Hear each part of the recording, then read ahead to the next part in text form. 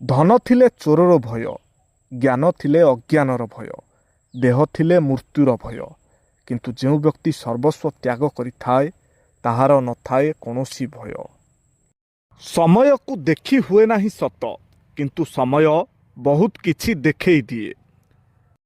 ରକ୍ତର ସମ୍ପର୍କ ଆଉ ଆତ୍ମାର ସମ୍ପର୍କ ପ୍ରାୟ ଲୁପ୍ତ ହୋଇଗଲାଣି। ଏବେ ଏକମାତ୍ର ସ୍ୱାର୍ଥର ସମ୍ପର୍କ ଚଳଚଞ୍ଚଳ। ନିଜର ଦୁଃଖ କଷ୍ଟ କାହା ପାଖରେ ପ୍ରକାଶ କରିବେ ନାହିଁ। ସମବେଦନା ସୁରେ ସମସ୍ତେ ମଜା ନେବେ। ସୁଯୋଗ ପାଇଲେ ଉପହାସ କରିବେ, ଆଉ ସମୟ ଆସିଲେ ଆଘାତ କରିବେ। କାତ ବୁଝେ ନାହିଁ ହାତର ବେଦନା, ନାବକୁ ବୁଝେନି ଝଡ଼। ବୈଶାଖୀ ଝାଞ୍ଜି ବୁଝେ ନାହିଁ ଜମା, ଶୀତ ମଗୁସୁର ଜାଡ଼।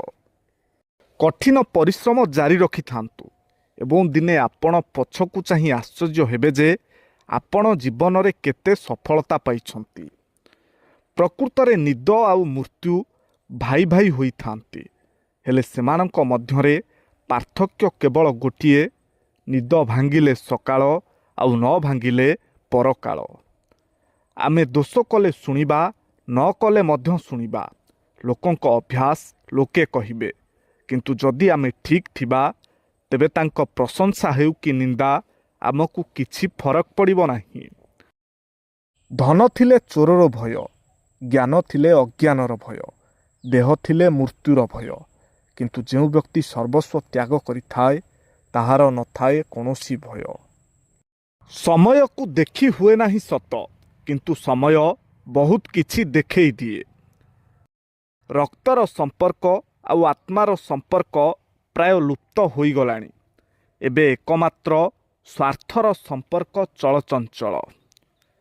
ନିଜର ଦୁଃଖ କଷ୍ଟ କାହା ପାଖରେ ପ୍ରକାଶ କରିବେ ନାହିଁ। ସମବେଦନା ସୁରେ ସମସ୍ତେ ମଜା ନେବେ।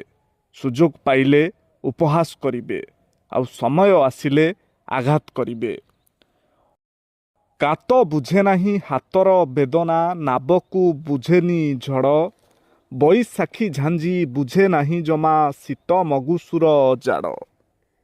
କଠିନ ପରିଶ୍ରମ ଜାରି ରଖିଥାନ୍ତୁ ଏବଂ ଦିନେ ଆପଣ ପଛକୁ ଚାହିଁ ଆଶ୍ଚର୍ଯ୍ୟ ହେବେ ଯେ ଆପଣ ଜୀବନରେ କେତେ ସଫଳତା ପାଇଛନ୍ତି।